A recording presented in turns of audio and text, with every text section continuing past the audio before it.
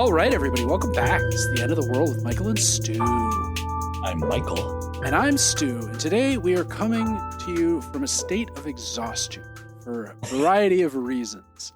Mm-hmm. One is that Michael has gone to visit his family in Canada and has been traveling all day.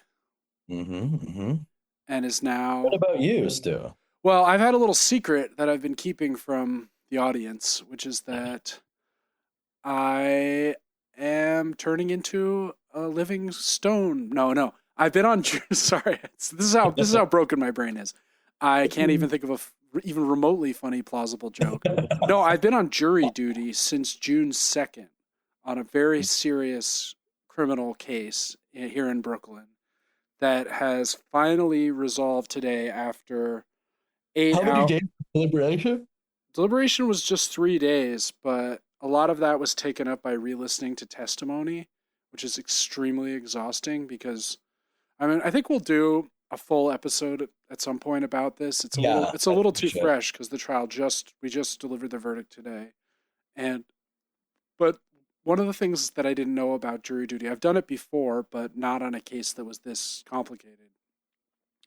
When you're in deliberations and you want to review something that a witness said, you don't just get a printout of what they said.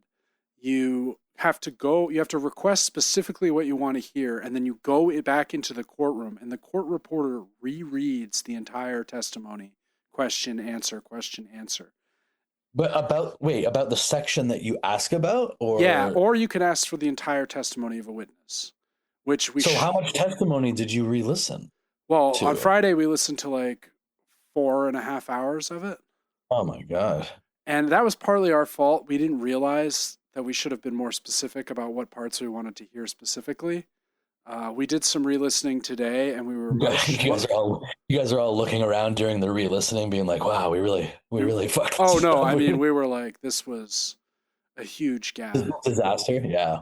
But... that's essentially what pushed it to Monday? Do you think it would have been... No, I think we were coming back for Monday either way, because it took all day today for me to convince a couple holdouts on the most serious charge. And it was very stressful, but I also had to muster all of my rhetorical powers. I had to bring to bear my memory and I had to go over again and again the sequence of events based on the testimony, showing where the contradiction was, showing why what the defendant said didn't make sense, actually. Because the defendant actually testified in this trial, too, which is very rare. Wow. Yeah, so it ended up being a lot of comparing of the victim and the defendant's testimony, which was harrowing. Because it was a child sex assault case too, so it was my God, Stu, are you serious? It was the fucking worst thing imaginable for 28 days or whatever it's been. I guess 27 days or something like that. With weekends off and some days were half days, but it was not off. How do you stop thinking about something like that? Yeah, it was horrifying. But I think despite some disagreements that led to some reasonable doubt on some of the charges, on the most serious charges, we ended up convicting, and I think that's the right decision. And wow, what was that moment like? Well, it was really horrible. The thing for me was I went into the deliberations thinking not guilty, thinking the prosecution hadn't done enough to prove beyond a reasonable doubt.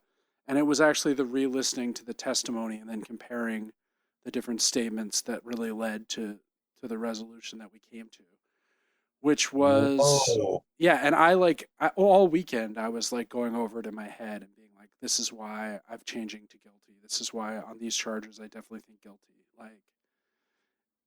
Wow. But then there were other people that there were still... We should do this at some point when it's not quite so, but you have to go back out there and then you watch this all go down. That must be... we read the verdict.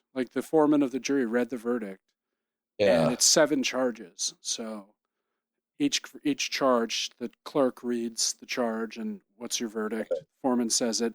And then after that, the jury's polled because they want to make sure no one was coerced into doing it. So they go by one and be like, is this your verdict to each of us? For each charge? No, for the whole thing, not for each Okay. charge. That So would be a little. you could point out if there was one that you felt something like that about, right? Yeah. I mean, you But they could. don't make you go through each seven No, but if each. you had an objection to one of the charges, you could raise it then, and that would cause a I see. mistrial, probably. Okay. Yeah, it was very emotionally taxing, very demanding, very exhausting, but I think also very worthwhile. As I said, we'll talk about this more in a later episode, but I left feeling pretty good about the judicial process. Like, Mhm. it's one of the few. I kept saying this when I would talk to people about it, non-specifically, because I didn't talk about the actual charges with anyone, of course, but I said it feels like it's one of the sole areas of the government that actually kind of still works. Interesting. Just because yes, obviously there are problems. Rich people can get better lawyers, things like that, Sure. right? But at the end of the day, it's your citizens. 12 of you are in a room. You've been instructed on the charges by the judge, and you have to decide. And like, the judge doesn't have any say, the lawyers no Yeah. longer have any say. It's just you talking with 11 citizens from various backgrounds. Our jury was very diverse, people in terms of age, in terms of ethnic background. Class? Yeah, definitely in terms of Yeah. class. And so, in that respect, it felt good. It felt like, wow, this is like the ancient Greeks did it on a certain level, like actually direct democracy. Like, we're faced with this serious issue in our society, this specific issue, and it's up to Yeah. us to decide it. So, I don't know, that was heartening in some ways, even if the overall experience was quite horrifying. But Right. And also determining that something this terrible did in fact take place. Right. yeah, I mean, even if we mostly thought it did take place, but there wasn't enough reason, if it wasn't proven beyond a reasonable Yeah, doubt, I guess. that's like that was the real hard hurdle to get over for some people. But we Sure. got there. So yeah, but let's turn to happier news, namely, Zohran Mamdani, the kingmaker. that's right. We've got a new kingmaker in the Democratic Party at long last. Yeah. We've been looking for one, and he has arrived. And it is the mayor of New York, Zohran Mamdani. So during all this jury duty stuff, I actually last Tuesday got off, I think, at like 5:30. Some days I would go to 5:30 or 6 if like a witness was in the middle. And I got Yeah. off, I came home, I like ate something, and I was like watching the World Cup or whatever, and was like, oh fuck, it's election day. So being the civic-minded person that I am, I went up to my We polling. saw a big sign that our civic-minded neighbor just taped to the door, and that was like, I was like, oh, They reminded you? yeah, it's like everybody go vote. And I was like, oh no, how did I not know? I've received so many texts. Yeah, I know. Yeah. I've received so many unsolicited emails. It's funny, I mean, before we get into the details of election day, it's like I do feel like the texting that because my texts are coming in primarily from Zoran's Yeah, people, yeah, right? Like, so then I feel this kind of affinity for it on the one hand, right? Such that I can't imagine like not getting them, like deliberately being like, please stop. However, inundated to the point that we are, I wonder if you just like somehow tune out even more like the basic information of like, you know what I mean? Like, I know it's stupid. You should know when election day is, but it's like, I don't know. I'm just like so used to getting these like, hi, it's Matt. And then I click on it. It's like dot, dot, dot yeah. I from think the PSA. there's you got to be know? diminishing returns at a certain point with that, because Yeah. you become like acclimated to it, where you don't And just almost the, don't like, even the read it. informality, right? Like we've gotten it, like obviously they've Michael, decided. it's Joe Yeah. Biden. No, I'm just kidding. Yeah. No, Yeah. but the Yeah. way that the sort of fake informality of them is a little bit annoying. Yeah. Like, That's right. I'm on all the Democrat like mailing lists, and it's like, it's Nancy Pelosi and it's an emergency. I'm like, really, Nancy? Is it? I've gotten 6 emails from you this week. Anyway, so long story short, in 3 Democratic primaries, Zohran Mamdani backed DSA slash progressive candidates, 2 of whom were running against incumbents who were backed Just by. one of those. It's just one of those unwritten rules too. Just like one of those. This is like the classic, just garbage of American politics. I mean, I'm sure it's everywhere. I guess in these Western democracies, it's just like, what are you talking about? You don't have to maybe run against somebody because you already are in. It's like on the one hand, it's like I can see the unwritten rule in like a purple state, Sure, right? sure. It's like, okay, if we have someone who we maybe don't agree with about everything, but it's, in this case, not a Republican. And if that seat goes open again, then it's anybody's game. And this guy's got this person has a network, and this person has a fundraising, apparatus, etc.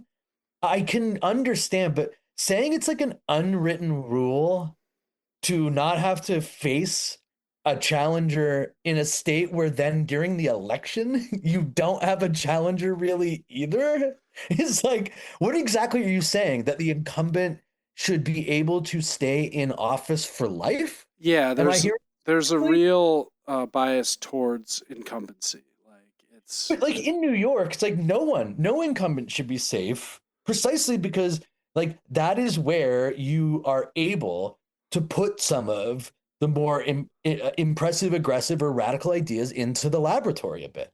yeah. No, I agree. There's a good Oh no, you have to run an election instead of running totally unopposed and then against some hapless Republican who can't win. yeah. I'm not sorry. Yeah, it feels like that doesn't feel very democratic, right? That like there's no check on once you're elected, there can be no check on your, That's right. fitness to be in Congress. I have a Democracy Now report that I'll link to in the show notes that I think touches on some of this stuff and is useful. Amy Goodman still doing good work after all these years. God bless her. So let's go over the three specific cases. First, we've got the least radical of Mamdani's picks. That's Brad Lander, right? Lander, if you live in New Yeah, York, friendly Brad. yeah, Friendly Brad. he seems like a He nice got guy. a really impressive run of decision making from Lander, I think right? so. Yeah, One of these rare scenarios where somebody who's like kind of between moderate and progressive who actually saw the writing on the wall yeah, and managed, I think, and I think this is a force of personality thing with Lander, where it didn't feel the type of calculating that it might have with a different person. Um, but at the same time, it's like there was something refreshing about someone maybe having to make a kind of calculated choice to move to the left. yeah. I think that's And I right. think that he just got a lot of support for those multiple reasons, Well, which was like, he was running for mayor and dropped out to back Mamdani that's right. when he And it was saw and it was big. I mean, it really did help. I think, galvanized support behind him. and From just yeah, I think prepare both the city for like the fact that it was actually happening and sort of like moving the possibility of his mayorship into the realm of the possible for people who I think maybe just didn't want to do that. And I think it probably also laid a good foundation for helping him as mayor in the city government. absolutely. And it turned out to be a smart move for Lander himself, right? Absolutely. Yeah. Because it showed the kind of pragmatic lack of ego that Yeah. ended up rewarding him, right? It's like if Yeah. I step aside here and then I'll have this guy's support when I want to run for my next race. Mhm. Lander's, an interesting guy. He was on the city council from Brooklyn from 2009 to 2022, at which point he became the New York City comptroller, which is a role that I am not going to explain at the moment, but it's a high-ranking city official who's in charge of um, payroll of the city and things like that. He's an important it was an important position. He served in that role from 2022 to 2025.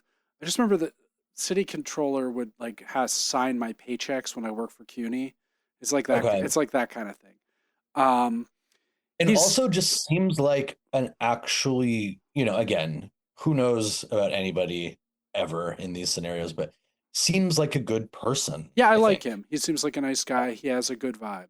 He Yep. is originally from Missouri, but has been living in New York for a long time. And he went to college in Chicago at the University of Chicago. In the early 90s, he was a member of the DSA. He's kind of more of a progressive and less of a socialist now, but he has also, as city controller, risen to the forefront by kind of uh, intervening on behalf of migrants that ICE is attempting to detain within the New York justice system. He's been arrested, and Yeah, he's no, he did. He again, this is a very similar example to what I'm saying. He showed up in a very real way that did not feel like he was performative. performative. It's not that he wasn't politicizing it, because the issue should be politicized, obviously, but it didn't feel performative, and that is like really tough for Yeah, a Democrat to pull off. yeah. It just It's I really, mean, as opposed to the like kneeling with the kente cloth, like Nancy Pelosi, absolutely, right? yes, exactly. Yeah, I agree. I think that's well said. Now, Lander has been quite critical of Israel's actions in Gaza, but he remains the kind of most liberal Zionist coded of these three candidates.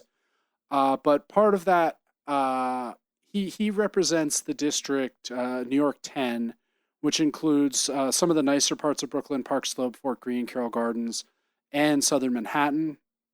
And he was running against Dan Goldman, who is a Democrat who voted to censure Rashida Tlaib, among other things, and has been he's got some pretty egregious.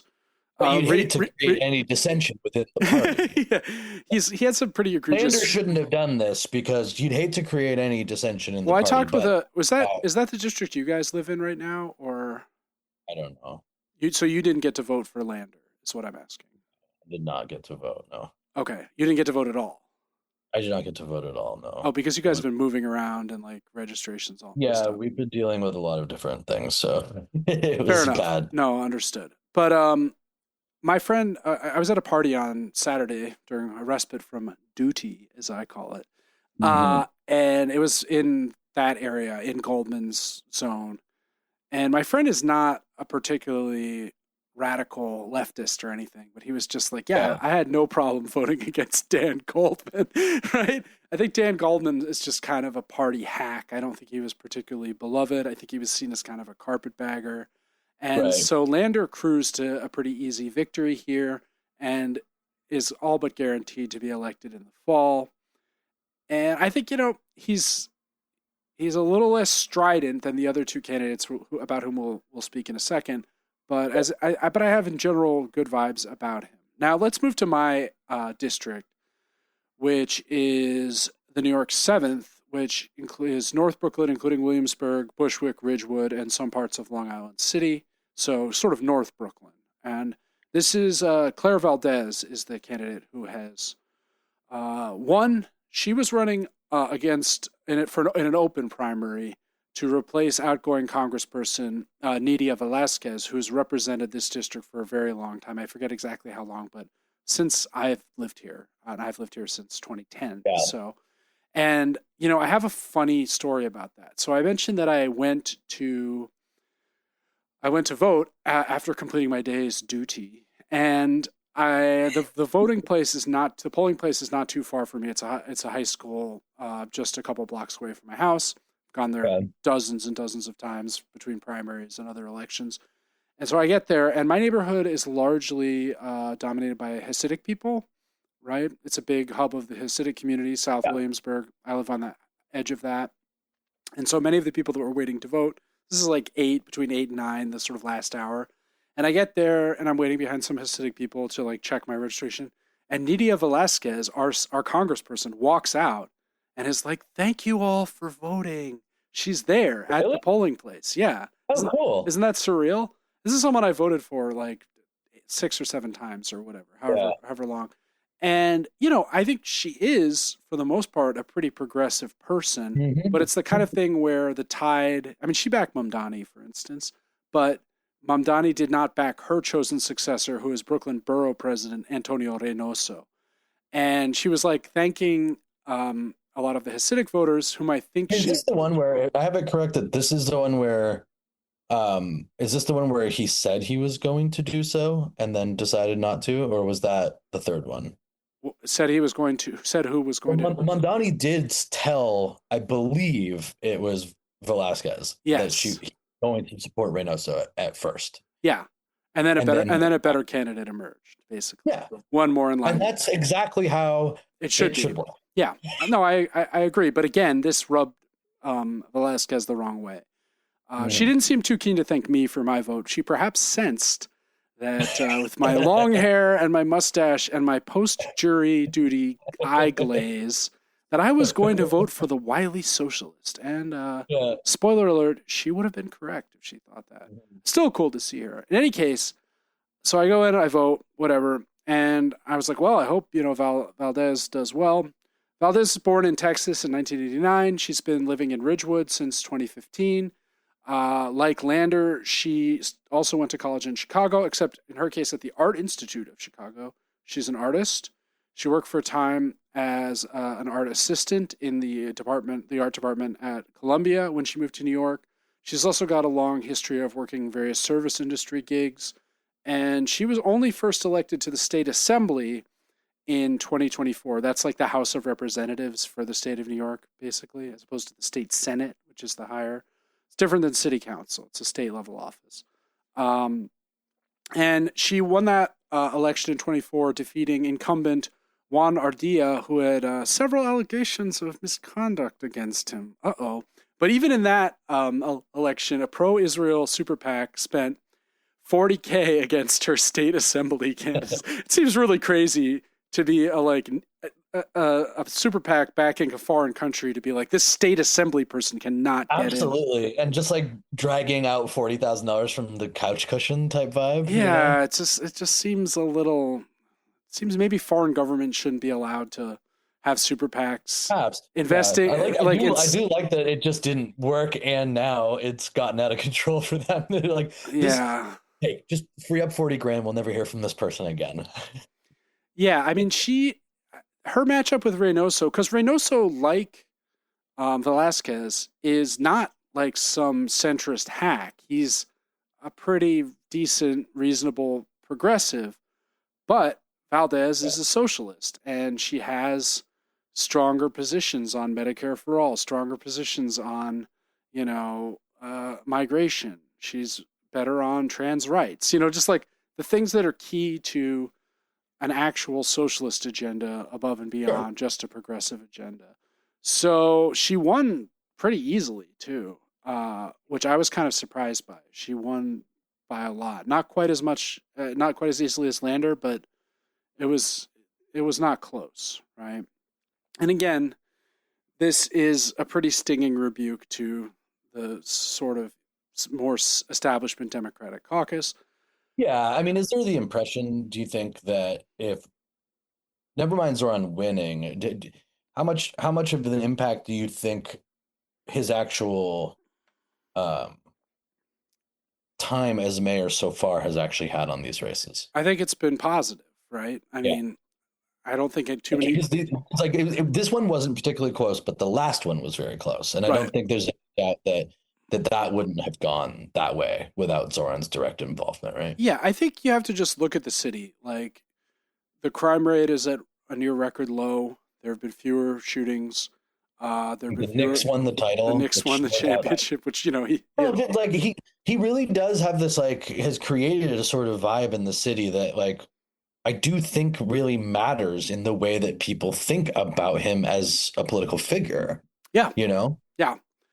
A lot of the jokes aside, I mean, people loved the party, and I'm sure that was like making people feel. But I do think he's had an impact on the way people feel about. Well, and also just remember the prognostications of doom from. Oh, sure. The various maniacs, either Republican or, everyone's got to leave New York, get out while you still can. Just these things that, like, these little things, like setting up like soccer in the streets and his tickets for he has a very effective way of getting some small wins and making appropriate deals of them again, where it doesn't feel like it's harmless propaganda. It It's not doesn't like feel like some hokey, unearned bullshit, right? well, or like totally manipulative. Like That's right. he's not pretending that everyone's going to the World Cup for $50, but he No. is saying like, hey man, we worked on this and this is what we could get. We could get a few thousand tickets for cheap. Um, and just like there's this humanity to it, to like Yeah. eradicating bedtime for kids during the Knicks, Right. Which like is this is not what a happens legally when you binding elect mandate, people. but it's fun. Yeah, when you're like, what if we elect someone who's not a complete and utter cretin, devoid of any humanity? I like that you say cretin. It's your British background coming through. It's very British. Yes, right. So this last race, Yeah, where was the last one in the city? That was up. it's in Harlem primarily, Okay. Northern Manhattan, and a little bit of the South Bronx. This is the victor is Darializa Avila Chevalier, who is by far the most controversial of the picks. She was born in Florida to Dominican parents and moved to New York in 2012 to attend Columbia, where she majored in Middle East studies, contrary to the wishes of one Bari Weiss, who I think would be right, who tried to get that program shut down basically a little bit earlier. She's a little closer to our age, but she's also currently a sociology PhD candidate at where else? My alma mater, the CUNY Graduate Center. That's very cool. And she's studying the effects of the carceral system on black migrants from the Caribbean to the United States, which seems relevant with the whole the Haitians are eating our dogs, the Haitians are eating our cats stuff. I mean, I'm sure she's been studying that for a long time, but it does line up a little bit with a group that's specifically been under fire. So this was the closest race by far. She ended up winning by just over 2,000 votes against Adriano Espaillat, who was a 5-time congressman and the chair of the Congressional Hispanic Caucus. So someone in a leadership position in Congress. And she has by far the most... I think this might have actually been the one where he switched out. Okay. I didn't see anything about that. I think this was... But she's by far the most like classically squad coded. She favors prison abolition, the total condemnation of Israel, and the end to aid to them, as long as the genocide in Gaza and the other incursions in places like Lebanon continue. She's in favor of universal housing. And she's also been highly critical universal housing. Yeah, like a right to housing. This person sounds like a nightmare. How dare she think people deserve to have a house or somewhere to live? Disgusting. It's communism. I hate it. Anyway, she's also been highly critical of U.S. involvement in the war in Ukraine while acknowledging Ukraine as a victim of Russian imperial aggression. Just today, there were some stories about how she like praised Lenin in some posts and stuff. Really? Yeah. Okay. She praised Lenin. Oh. So it's getting desperate out there for the centrists, huh? Yeah, it's tough. She's Trump has been like communism. That's in his response. Which I think is funny. That makes a lot of sense. Sure, but it's also like now the Dems are also saying that, so they're aligning themselves with Trump. It puts them in a little bit of a bind, right? Yeah, it's pretty vintage Democratic politics. I would say so. So Hakeem Jeffries, for whom there was no primary challenger, interestingly. Thank God. We'd hate to lose such a visionary political leader. Yeah, first Keir Starmer goes down. What, Hakeem Jeffries is next? I think not. He's cooking up a filibuster for like 20 hours, maybe. Perish the thought. Well, that's more of a Cory Booker thing. But yeah. I know. Sure. This is their vibe. This is what I mean, though. Like, this is the performative vibe. Is just like these people. Like, Jeffries is the type of guy who's just like, Mr. President, this shall not stand. Like as it stands. Yeah. You know. Yeah. No, I mean he's quite. Like, have you no shame to a man who's like, hey, Hakeem, I don't have any shame. Just just FYI. Yeah. FYI, I got no shame. Have you no shame? It's like that's right. I have none. So, yeah. I mean, this is, as we've already alluded, they've been speaking about this as though it could be a quote-unquote freedom caucus on the left for the Democrats, i.e., as the Freedom Caucus for the Republicans is like the most extreme right wing people that are always kind of throwing a wrench into the gears of their efforts to get, $1 billion more to whomever or whatever. In this case, this would be the same. This would play a similar role as a kind of spoiler of their, wanting to give Halliburton a contract to like microchip every American or whatever. Like, sorry, Halliburton. That's a bit of a throwback to the Bush era, but yeah, I'm showing my age. But quite frankly, I think the idea of a Freedom Caucus on the left is good because the Democrats deserve it and have totally been do-nothing apologists for the status quo, who have insufficiently opposed Trump and have been too beholden to the state of Israel's lobbying efforts and to their carte blanche, permission to commit genocide and invade their neighbors and start, provoking wars with Iran. It's also just like this. It's just a complete joke on the face of it, right? It's like this is their playbook, right? This is the way that this is just as important to their totally feckless maintenance of power as attacking the fact that, I don't know if you've heard, Stu, but Trump just doesn't really respect the norms of the president. And neither does Mamdani, apparently, right? Yeah, that's right. But it's like, look, like you have made your name out of not being willing to meet the scale of the moment. That's your whole thing. Yeah. Right. And you basically it's like Biden clawing back the $800 or whatever.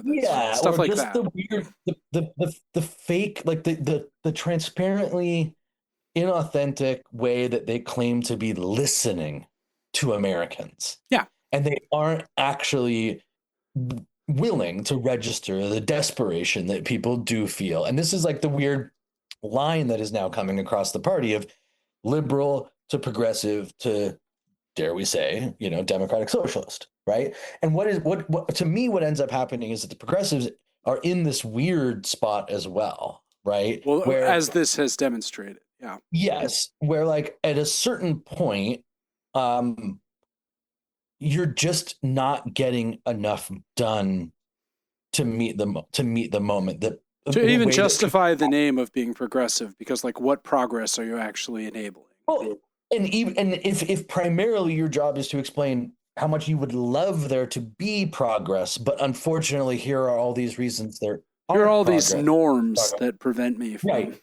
Then you get people of the from like whether it's the DSA wing or even further to the left, it feels to, I think, these types of voters that there's a plan to try to do something. And this is just something that the Democratic Party almost our whole life has just never been able to stomach this. I mean, they just have the idea of actually figuring out how to do something. And that doesn't mean that like, there's one new person in government and we're going to have universal housing. Yeah, no, of course not.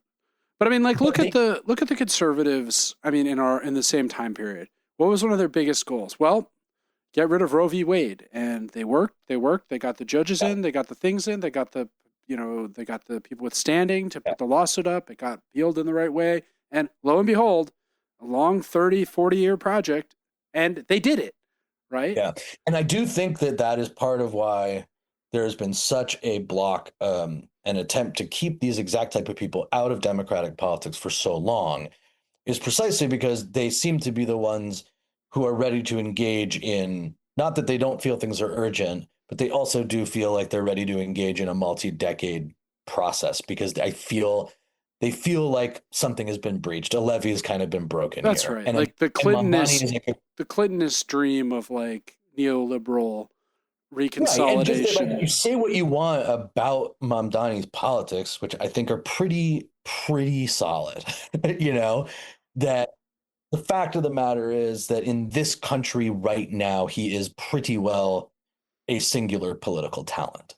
That's right.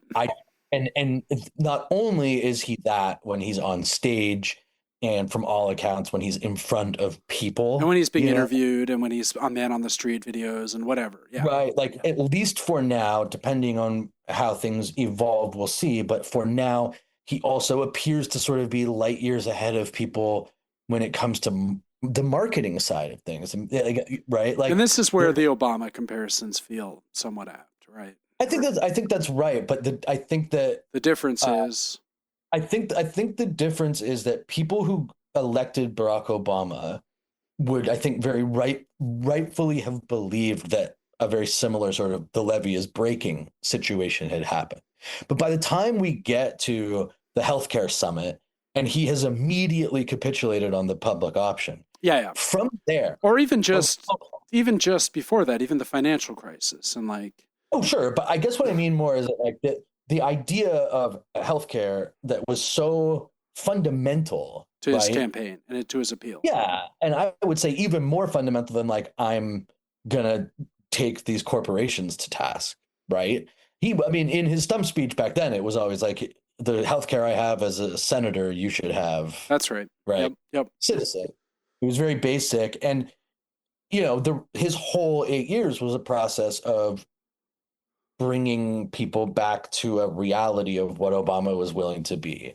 And this time around, I think that it is different where, like, I mean, even to use a very simple, more recent example is, Obama telling the press, during was it the 2020 Bernie run, where it was about, I'm not going to put my thumb on the scale. Right. And then just doing that. And then just doing the exact thing, right? Just obviously doing it and letting it be known where his allegiances are. And I think what people were most excited about Zohran, and certainly for me, this is the case, is that he is being very clear about where his allegiance is. Yeah. And he has ideological consistency, whereas Obama was something of an ideological chameleon. Oh, right. And again, there seemed like what he does also share, I think, is a very real political pragmatism. He's just in a different moment and has, slightly more radical politics, it seems. But I think you would have thought Obama was plenty radical, like back when. I mean, did you see those Jeremiah Wright sermons he sat through, Michael? My God, damn America, how dare he?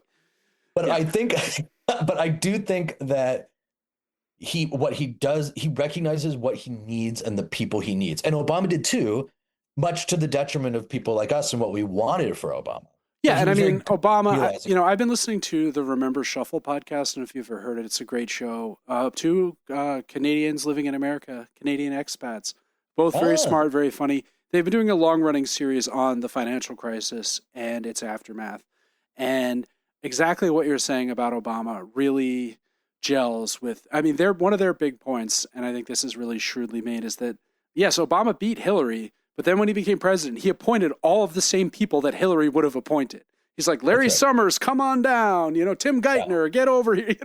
And at it did feel somehow like in that moment and at that position that there was somehow still this capital that group of people had, that the trade-off for admitting that they had actually lost to the election was still that they would maintain their power.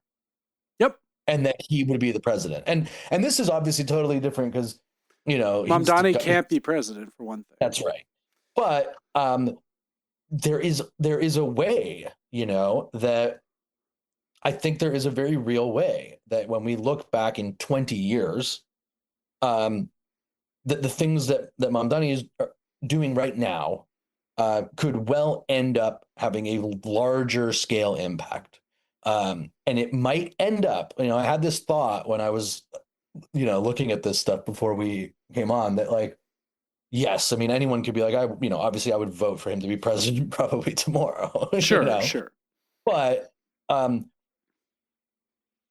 is there potentially a power in not having to worry about becoming the president of the United States? Yeah, I think that as well. I think that's very shrewd. And I don't know. And I really love him and I really believe he has his convictions. But for example, the last candidate that you just spoke about, if he planned to run for president, would that have happened? And maybe.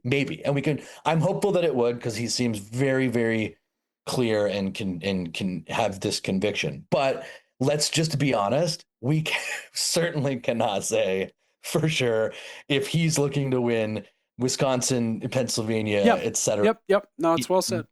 12 years if we're getting this. So if he recognizes that part of what he needs and part of what he wants is to build, we've been saying it forever. Like there was just kind of just Bernie just aging out. And Yep.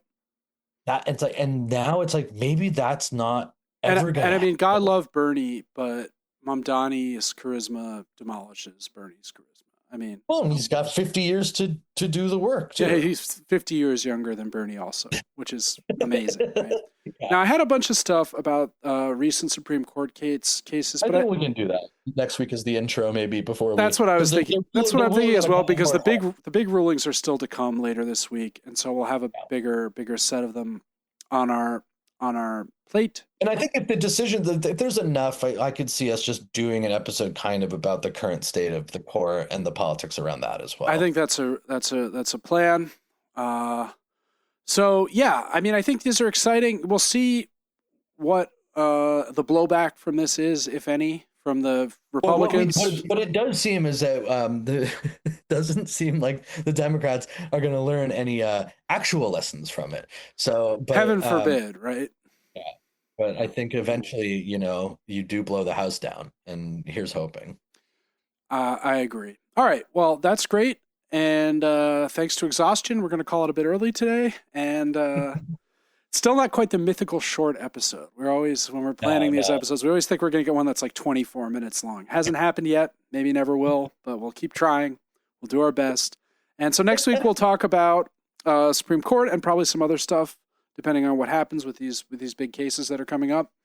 But until then, if you like the show, you can follow us on the podcatcher of your choice. If you really like the show, rate us and or review us on said podcatcher. If you also want to, you can follow us on Instagram at the End of the World WMS, where we post exciting reels from the show. So Supreme Court and other stuff next time. And until then, this has been the End of the World with Michael and Stu. I'm Michael. And I'm Stu. We will talk to you real soon.